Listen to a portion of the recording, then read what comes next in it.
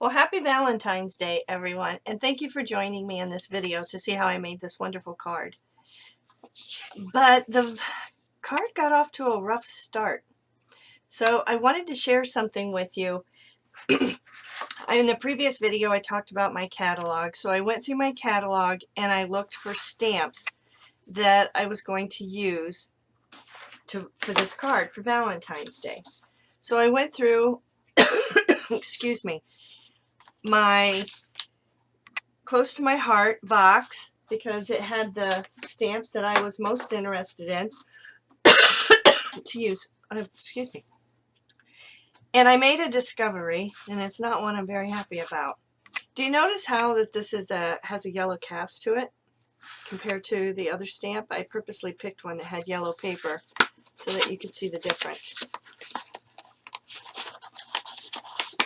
I'll pull this out. And this is just how it was stored. And you see the yellow tinge on the stamp? And here's one on yellow, and it doesn't have the yellow tinge. Okay, here's the discovery, and I'm not very happy. The stamps have begun to disintegrate. So they're real soft and squishy and mushy, and to peel them off here you have to be ever so gentle or it's disintegrating. Wow. My studio is an environmentally, it's cool in the summer and a bit warm, not overly warm, but comfortable in the winter. I also keep the sunlight off of all my paper and off of all my stamps and things like that. Here's another one that is yellowish, and it is, well, if I check it, it's disintegrating. Now this one is just starting. This one is nearly disintegrated.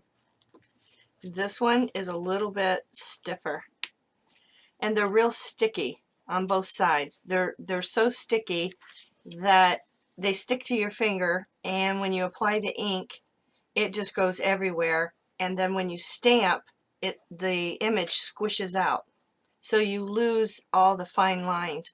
So in this stamp there is, you can see how detailed, all that detail is gone.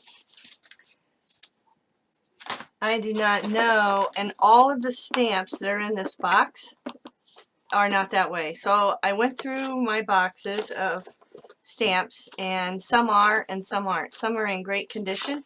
Here's one, you see how white it is? So when I take a look at it, nice and stiff. They're not overly sticky, and they're not disintegrating. And notice they're not yellow. Wow, you buy stamps and you think you're going to have them forever if you take care of them. That's why you buy a stamp. I'm very, very upset, and I do not know what to do about it.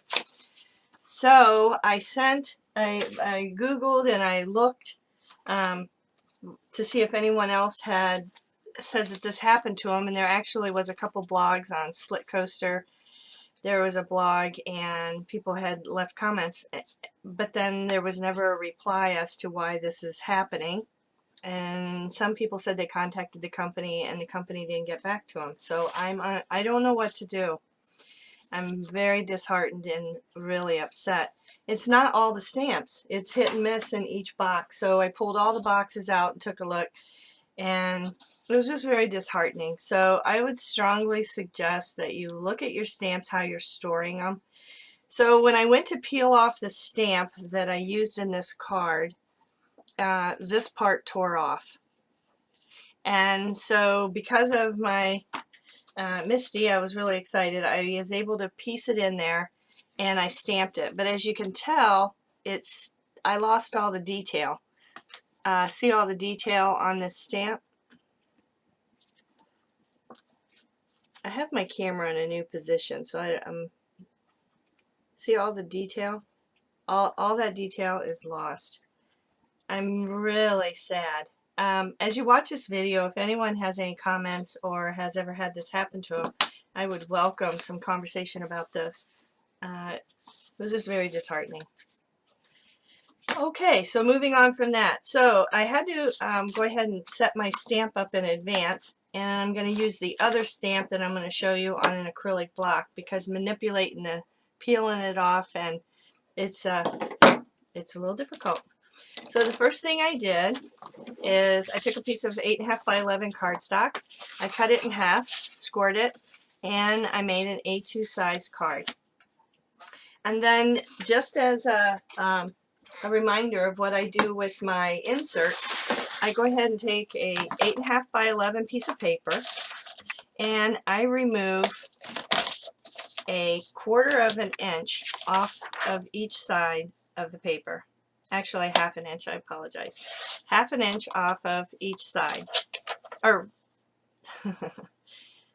the stamps got me rattled. So what you're left with is a piece of paper that is 10.5 by 8 inches. There you go. There's my tip for today. So I'm feeling a little snarky because of my stamps. Oh my gosh. So then I take the 8.5 by 11 insert, fold it in half, same thing I did with the card.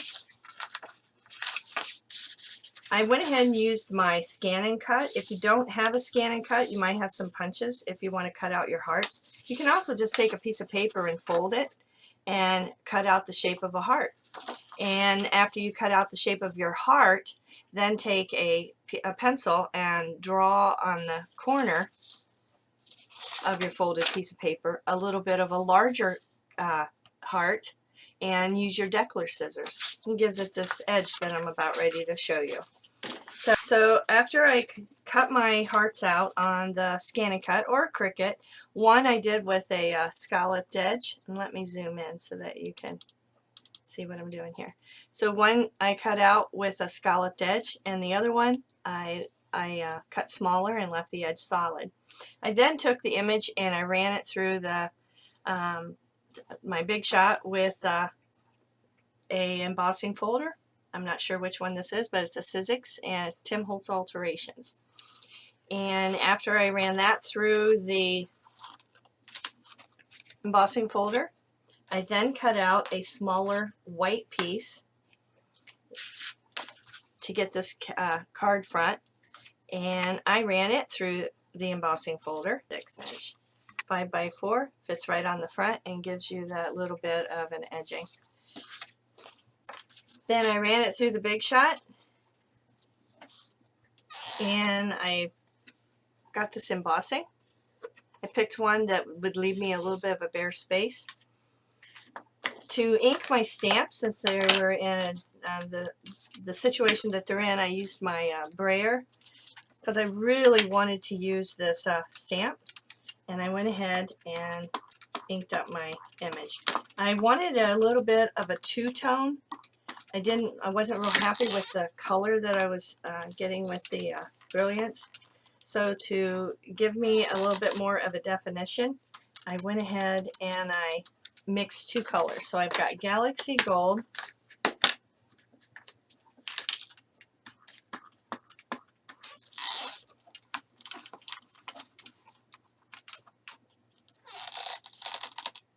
and this is the first time since I've used this stamp that I got this kind of a impression.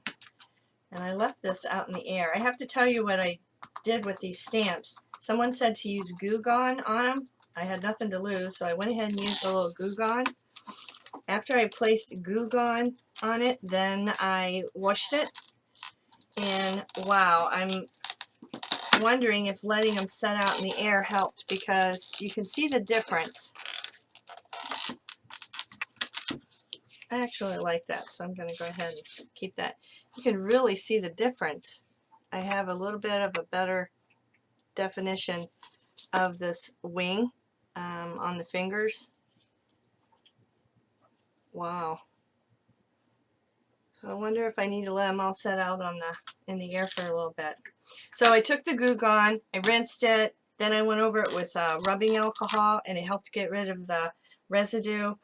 Then after I did that, I let them set out to dry, and I'm wondering if that helped a little bit. It's still real weak and wanting to come apart, or it's real floppy and mushy. It's just like it's disintegrating. I can't explain it. So I embossed it. I placed an image there. I took a little more of the Pearlescent Beige. This is the color that I'm using from Archival. And I ran it across the embossing to bring out all those. And then I took, again, some more of the Pearlescent Beige. And I ran it, I'm running it across the card. So to run it across the card, I didn't want to mess up my other images, so I created a mask. So basically what I did was I cut out the image and I made myself a mask. And I just kind of laid it there so that I didn't mess up my other part of the card. And I went over it like this with my brayer. So by having the mask there, it keeps you from getting it onto the other areas. Then I took a little bit of distressing ink.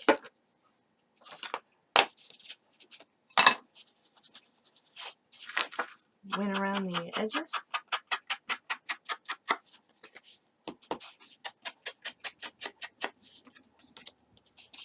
I'm gonna have to go through. I've had some other stamps slip off of their wood before. If you don't store them flat, I've had them slide off over time. Some of my stamps are old, but who would have thought that age would have been a factor in them deteriorating? So I'm going to revisit some of my storage areas and make sure that all my stamps are okay. So here's my 8.5 by 11 with an insert. I'm going to place that on there. I took the heart and I did the same thing. So you can use your Cricut, your Brothers, Scanncut. You can cut these out by hand. I think a Deckler scissors would have been pretty. And then I'm going to put a few pop-up dots underneath that heart. So I put my pop-up dots on the back and peel off the little tabs there.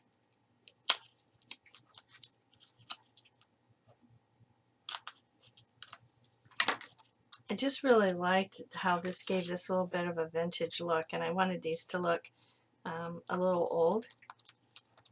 And by having that little bit of red exposed, you can see against this, it's just enough to give it a little bit. I was thinking about like a box of candy. And I forgot to do one thing, but I can go ahead and do it now. I've stamped an image on top of the box.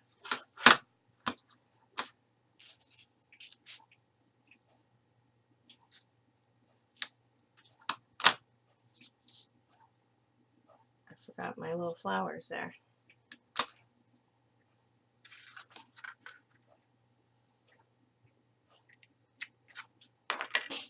And then I took a marker, added just a little bit of more color. And I see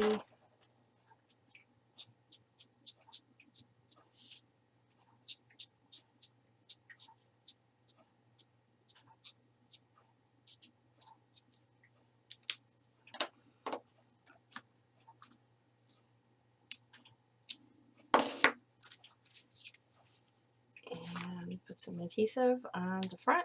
This card's almost finished. It was really an easy card to make. The hardest part was fooling around with these stamps. So I basically embossed, took a little ink, distressed it, and voila, a card. Easy peasy.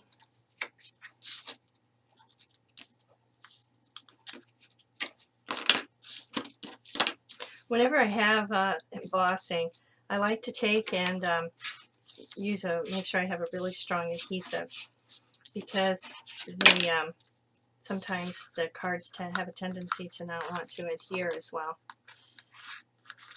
when you have embossed. And I'm out of my other adhesive, so there we go. Coming together really quick.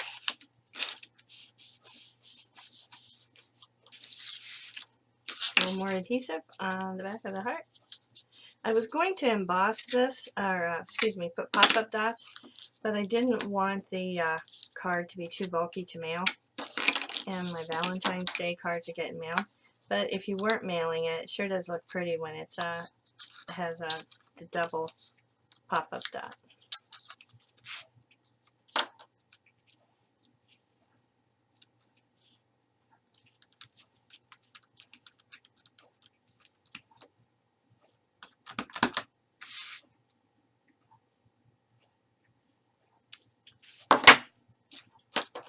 And put a little bit color there. These are the distress markers from Tim Holtz. I just love these.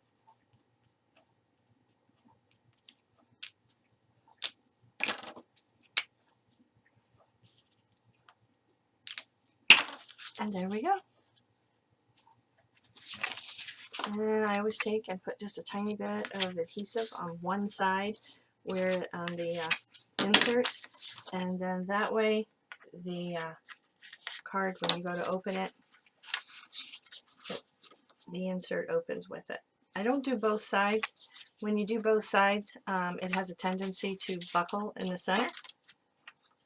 So there you go. Happy Valentine's Day.